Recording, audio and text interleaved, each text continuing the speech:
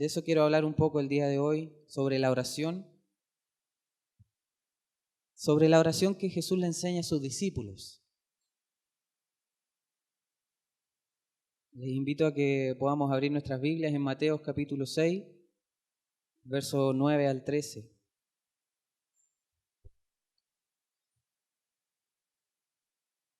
Dice así: ustedes, cuando oren, háganlo de esta manera. Padre nuestro que estás en los cielos, santificado sea tu nombre. Venga tu reino. Hágase tu voluntad, como en el cielo, así también en la tierra. El pan nuestro de cada día, dánoslo hoy. Perdónanos nuestras deudas, como también nosotros perdonamos a nuestros deudores. No nos metas en tentación, sino líbranos del mal, porque tuyo es el reino, el poder y la gloria, por todos los siglos. Amén. Jesús enseñaba a sus discípulos a orar, porque Jesús era un hombre de oración. Dicen los evangelios que Jesús pasaba la noche entera orando. Mientras los discípulos dormían, descansaban, Él pasaba la noche entera orando, porque había algo especial, había una necesidad en su vida que requería que Él estuviera toda la noche orando, para que durante el día pudiera hacer la voluntad del Padre, para que durante el día pudiera viajar, pudiera estar con los discípulos, pudiera estar con la multitud que le seguía. Para eso era importante estar orando, estar en constante relación con Dios. Y es por eso que Jesús le enseña a sus discípulos a orar. Le enseña, no solamente les dice cómo deben orar. El cómo, bueno, antes de los versículos que acabamos de leer, Jesús dice, cuando oren, tienen que hacerlo en silencio. No seamos como aquellas personas que les gusta ser famosos, que les gusta que los aplaudan y que hacen cosas para Dios, pero en realidad lo están haciendo para ser vistos, para su propia gloria. Lo primero que Jesús enseña a sus discípulos es que la correcta actitud de la oración debe ser una actitud de humildad. Hacerlo no para que la gente me vea, sino que tengo que orar para que Dios me escuche. No es otra la motivación de un cristiano en la oración, que Dios te escuche. No que la gente diga, oye, el hermano oró y cayó fuego del cielo. No. Si esa es tu motivación en la oración, déjame decirte que no vas por buen camino. La motivación debe ser que Dios me escuche, que Dios me hable, poder entablar una relación con Dios. Y además Jesús también le enseña qué es lo que tienen que orar. ¿Qué es lo que debemos orar? El Padre Nuestro. Y el Padre Nuestro es una oración extraordinaria, es la oración por excelencia. Toda oración de los discípulos encuentra en el Padre Nuestro la esencia y los límites que debe tener nuestra oración. En la oración del Padre Nuestro se encuentra presente el mensaje de Dios. Vamos a ir analizando un poco esta oración y nos vamos a ir dando cuenta de cómo el Padre Nuestro encierra todo el Evangelio. Porque no es una oración que a Jesús se le ocurrió y dijo, ya vamos a hacer esto y repítanlo de memoria. No, Jesús tenía un propósito especial y era enseñarles cuál era el Evangelio, cuál era el tipo de relación que debemos tener con Dios el Padre. Jesús no deja en la incertidumbre a sus discípulos. Jesús los conduce a la claridad perfecta de la oración a través del Padre Nuestro. Y no debemos orar, como también dice Jesús, haciendo vanas repeticiones. No estoy diciendo que esté mal orar el Padre Nuestro de memoria, pero muchas veces hacemos las cosas de memoria sin conciencia de lo que estamos diciendo. Realmente, a veces decimos cosas que nos resultaron antes. Una vez oré por alguien, dije esta frase y algo pasó. Entonces yo encasillo a Dios y trato de decir siempre lo mismo para que pase lo mismo. Pero Dios es un Dios que está creando constantemente cosas nuevas. Por lo tanto, no podemos encasillar a Dios en eso. Debemos ser conscientes de lo que estamos haciendo. Veamos de qué se trata esta oración. Padre nuestro, que estás en los cielos. Jesús revoluciona de entrada a sus discípulos. La concepción de un judío piadoso era imposible llamar a Dios Padre. Ni siquiera eran capaces de decir el nombre de Dios, ¿cierto? Imagínense la osadía de Jesús de decirle Padre a Dios. Y no cualquier Padre, Padre nuestro. Amén. Como dice la palabra del Señor, vamos a hacer muchos paralelos, porque les dije que el Padre nuestro encierra todo el Evangelio. Entonces, por supuesto, vamos a encontrar muchos paralelos. Dice la palabra del Señor que hemos recibido el espíritu de adopción. ¿Y cómo clama ese espíritu? Abba. ¿Qué significa? Papito, papito mío. Jesús cambia el chip. Ya no es un Dios lejano, un Dios que no podemos ni siquiera pronunciar su nombre. Padre nuestro que estás en los cielos. Padre, papito mío. Porque por medio de Jesús somos hechos hijos de Dios.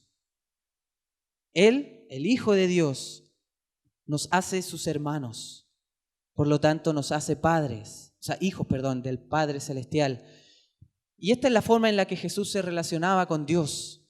Constantemente Él se refería a Dios como el Padre, como su Padre. Y de hecho, por eso los judíos piadosos le recriminaban. Pero oye, ¿cómo se atreve a decirle Padre a Dios?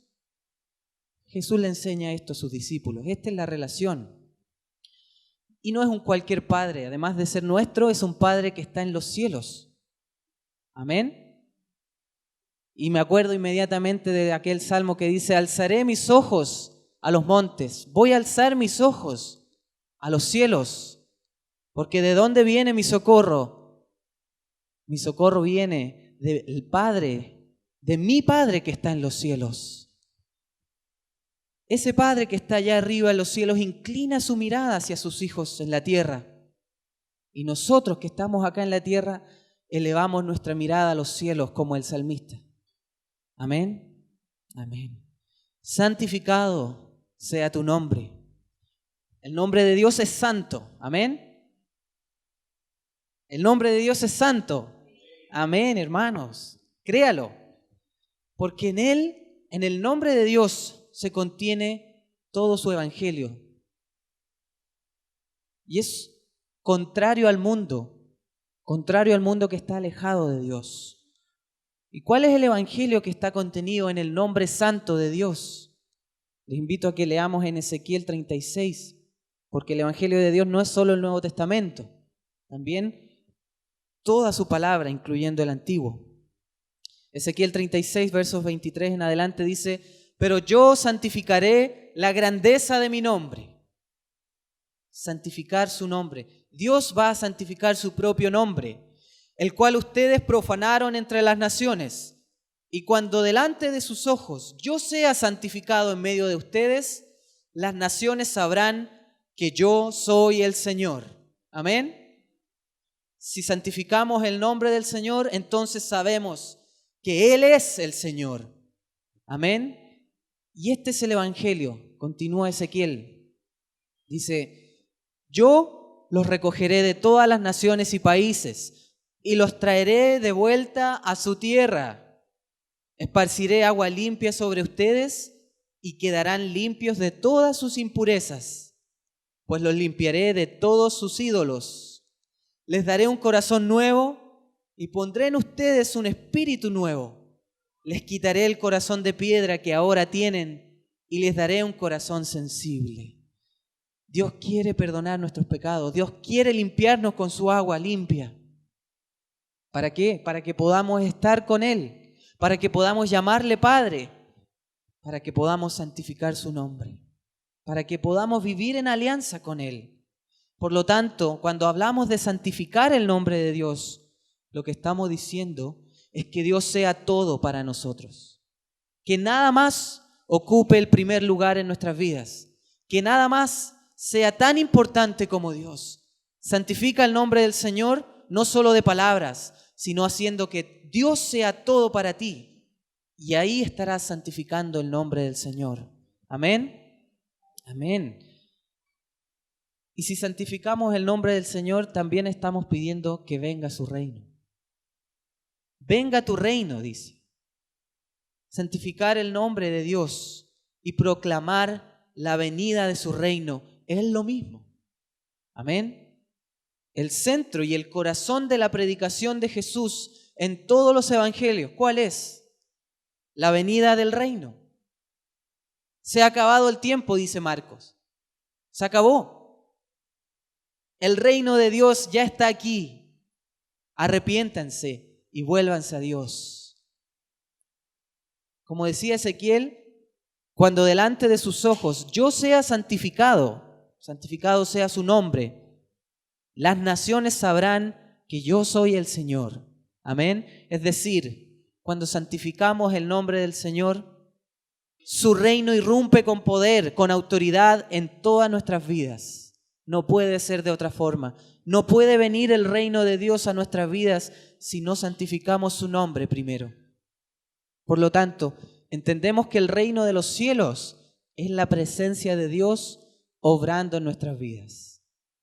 Dijimos que santificar el nombre de Dios era lo mismo que Dios sea todo para nosotros.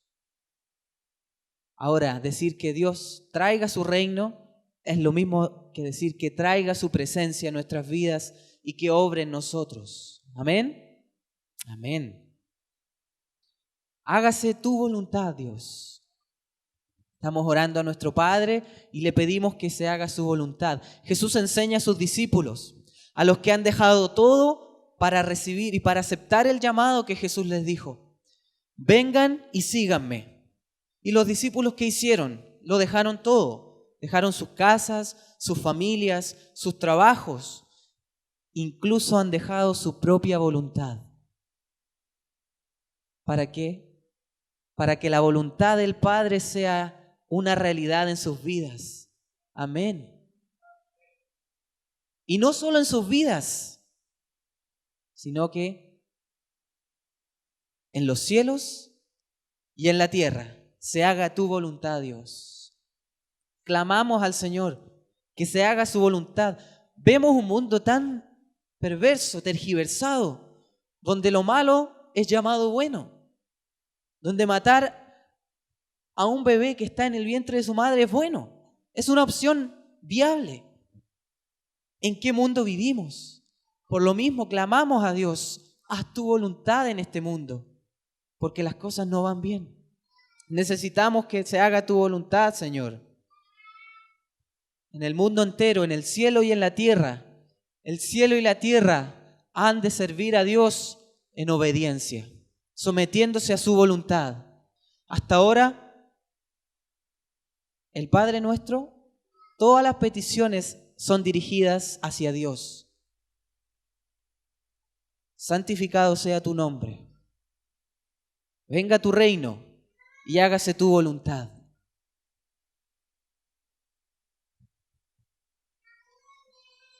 Voy a leer una cita de un autor cristiano, dice así: los discípulos de Jesús deben rezar ante todo por el nombre de Dios, por el reino de Dios y por la voluntad de Dios.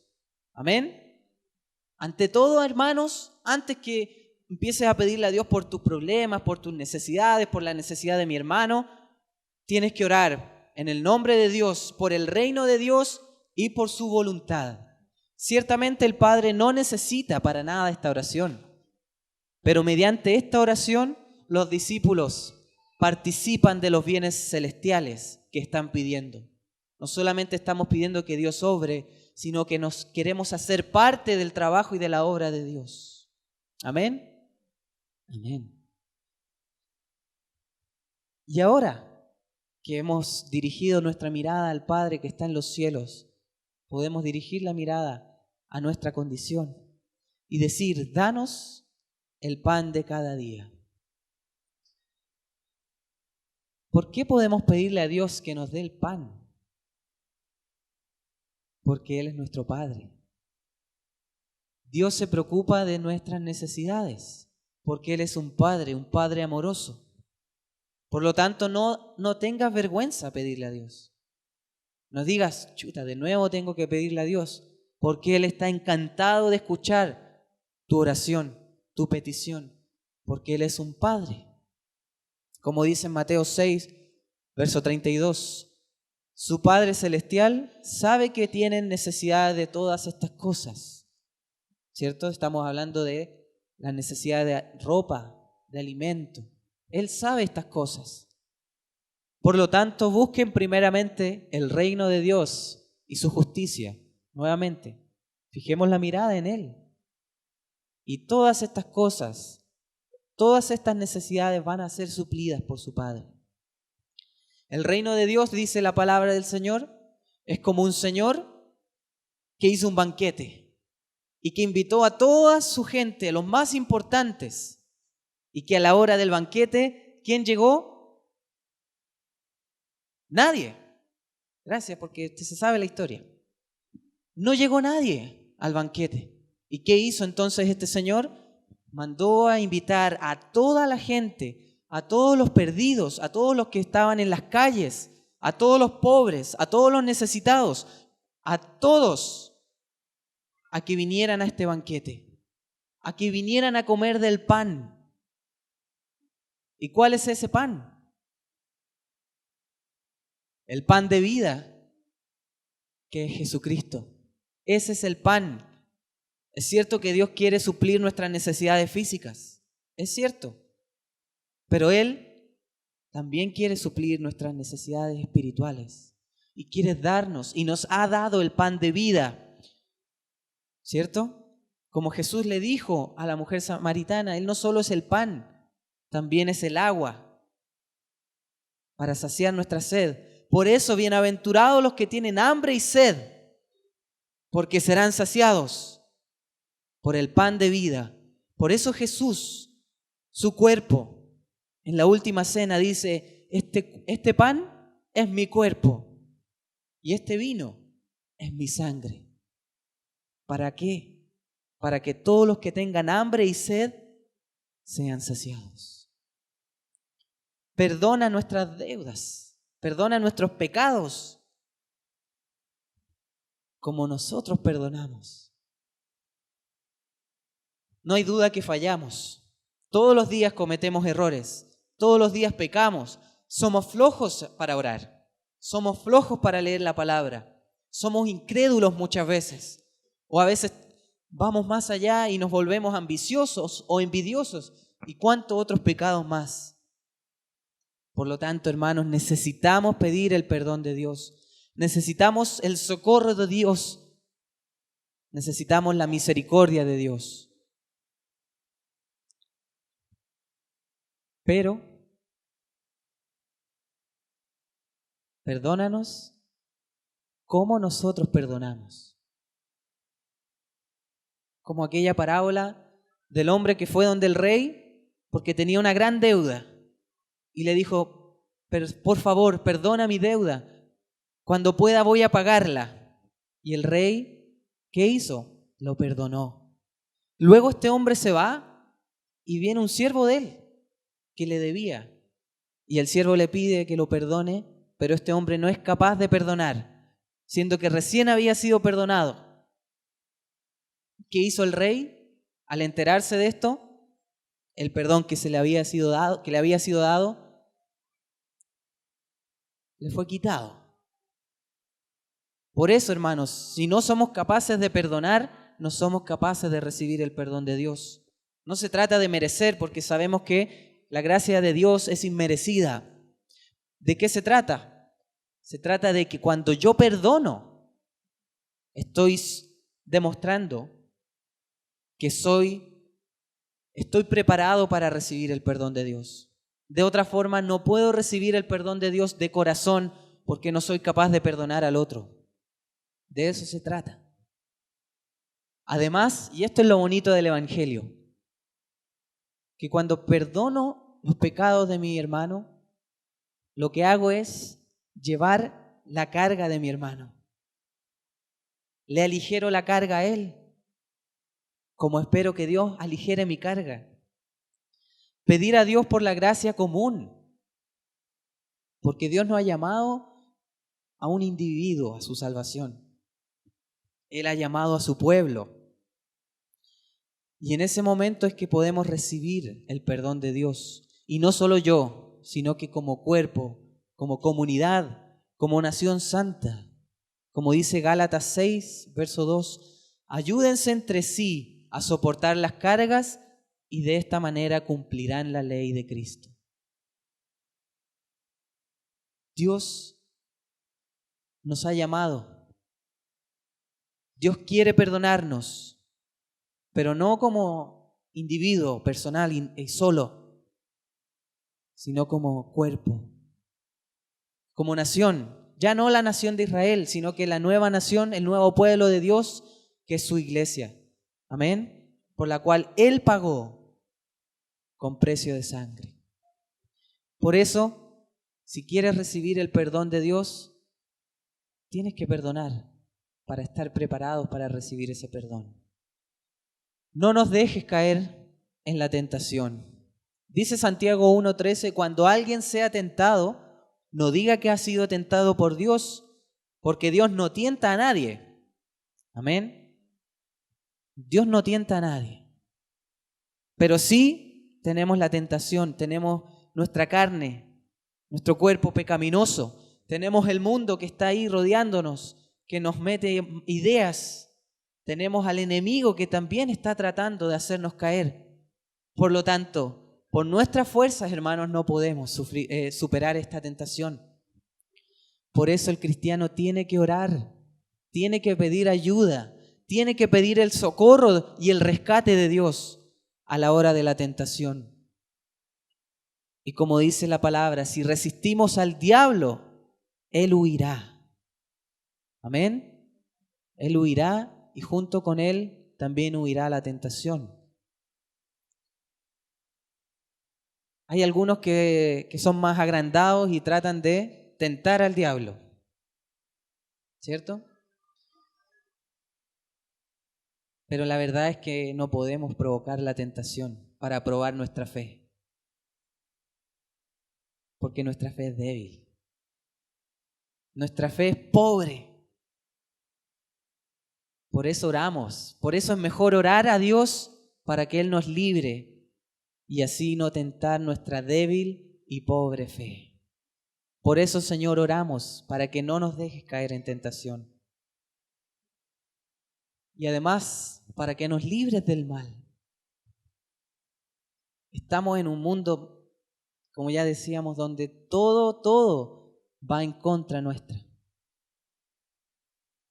Donde por más que llamemos que estamos en una cultura cristianizada, en un mundo que está cristianizado, la iglesia sigue siendo un bicho raro para la gente. Y siguen atacándonos. Por lo tanto, debemos orar para que Dios nos libre de todo mal, nos libre de este mundo maligno. Como lo bonito de esta parte es que esta es la misma oración que hace Jesús por sus discípulos. En Juan 17:15 le dice al Padre Jesús, no ruego que los quites del mundo, sino que los protejas del mal. Si Él ora eso por nosotros, ¿cuánto más nosotros mismos debemos pedir esto al Padre? Y si bien no somos de este mundo, hermanos, estamos acá por una razón, porque somos sal y luz. Este mundo, si está mal, usted tiene que decir, si yo no estuviera acá, estaría mucho peor. Amén. Por eso es necesario que oremos por la protección divina, que nos libre del mal. Señor, líbranos del mal. Líbranos de estos pensamientos de destrucción. Líbranos de las debilidades que tenemos. Esta es la oración por un final feliz, para que seamos librados.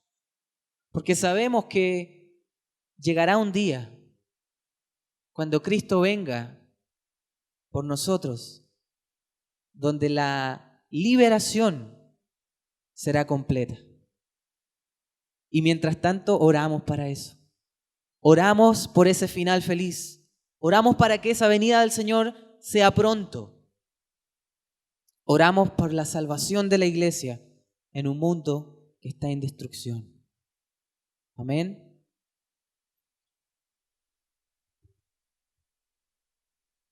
¿Por qué podemos confiar en que Dios va a escuchar esta oración?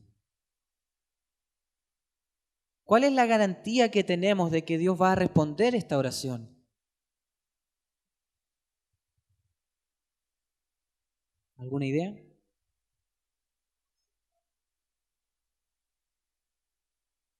¿Cómo termina esa oración?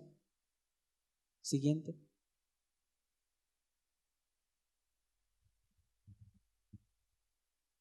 Porque no se trata de nosotros. Porque es el reino de Dios. No podía ser de otra forma este final de oración. Porque esa es la certeza, hermanos, que tenemos de que nuestra oración será escuchada y respondida por Dios. Porque de Él es el reino, el poder y la gloria. Ahora y siempre, por los siglos de los siglos. Amén. Porque el reino es de Él, porque de Él es el poder y la gloria. Es que oramos confiados. Oramos por la santificación de su nombre, por la venida de su reino, por el cumplimiento de su voluntad. Por Él se sustenta nuestra vida, tanto terrenal como eterna. Por Él recibimos el perdón de pecados. Por Él somos guardados de la tentación y salvados de todo mal, para la vida eterna. Amén. Porque de Él es el reino y no hay otra. No hay otra cosa que podamos hacer nosotros. Jesús nos enseña esta oración. Amén. Qué bonita oración. ¿Cuántas veces la hemos leído, la hemos escuchado? Y no hemos sido capaces muchas veces de tomar la riqueza que hay detrás de esta oración. Porque en esta oración se esconde todo el Evangelio de Dios. Amén. Y Jesús, cuando termina esta oración, hace un último alcance, que lo hizo antes, pero lo vuelve a reiterar por si no ha quedado claro. En Mateo 6:14 dice: si ustedes perdonan a los otros sus ofensas, también su Padre Celestial los perdonará a ustedes. Es lo mismo que dijo hace un rato atrás, ¿cierto? Perdona nuestras deudas como nosotros perdonamos. Jesús dice: si ustedes perdonan a los otros sus ofensas, también su Padre Celestial los perdonará a ustedes. Pero si ustedes no perdonan a los otros sus ofensas, tampoco el Padre de ustedes les perdonará sus ofensas. Y esto es por algo, no es casualidad que Jesús vuelva a reiterar este punto. Es el único que reitera. Porque acá se encierra el misterio del Evangelio. Nuevamente, Jesús no vino a salvar a uno. Dios no hizo un pacto con un individuo, lo hizo con un pueblo. Hizo el pacto con Abraham, pero Abraham representaba a la nación de Dios. Porque la salvación no era solo para él, sino que era para todo su pueblo, y por medio de él Dios iba a bendecir a todas las naciones, dice Génesis. Porque Dios no quiere salvar a una persona, Él quiere salvar su creación. Por lo tanto, hermanos, si yo perdono el pecado de mi hermano, estoy llevando su carga, me estoy haciendo uno con Él y me estoy poniendo bajo el alero del Padre, que quiere salvar a todos sus hijos, a todos, no solo a uno. Este es el misterio del Evangelio. La iglesia comparte tanto la redención como el pecado, porque por el pecado de un hombre todos fuimos hechos pecadores, pero por la muerte de uno, todos somos hechos salvos. Es un misterio en realidad. Porque tanto el pecado como la salvación son comunitarios. El pecado individual entonces afecta a la comunidad. Por eso es necesario que yo perdone a mi hermano y que ustedes me perdonen a mí, para que podamos llevarnos las cargas. Así entonces recibiremos la gracia de Dios, la gracia que es para el pueblo de Dios, para su iglesia. Amén. ¿Cuántos han tenido una semana difícil? ¿Cuántos han tenido días difíciles últimamente? Si quiere levantar la mano así para saber. Hay algunas manos levantadas.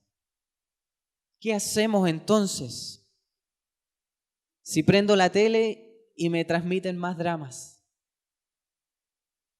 Si leo el diario y me transmiten más problemas.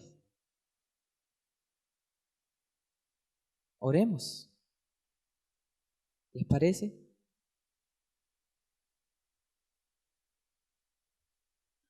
Podemos orar juntos,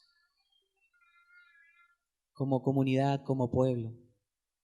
Amén. Todos juntos. Padre nuestro que estás en los cielos, santificado sea tu nombre. Venga tu reino. Hágase tu voluntad como en el cielo, así también en la tierra. El pan nuestro de cada día, dánoslo hoy. Perdona nuestras deudas, como también nosotros perdonamos a nuestros deudores. No nos metas en tentación, sino líbranos del mal, porque tuyo es el reino, el poder y la gloria, por todos los siglos. Amén. Amén. Amén. Cuando oren, oren así, dice Jesús. Pidan al Padre, santifiquen el nombre del Padre. Oremos por la voluntad de Él, por la venida de su reino. Oremos para que Él supla nuestras necesidades con el pan y el pan que comemos en el desayuno y el pan de vida.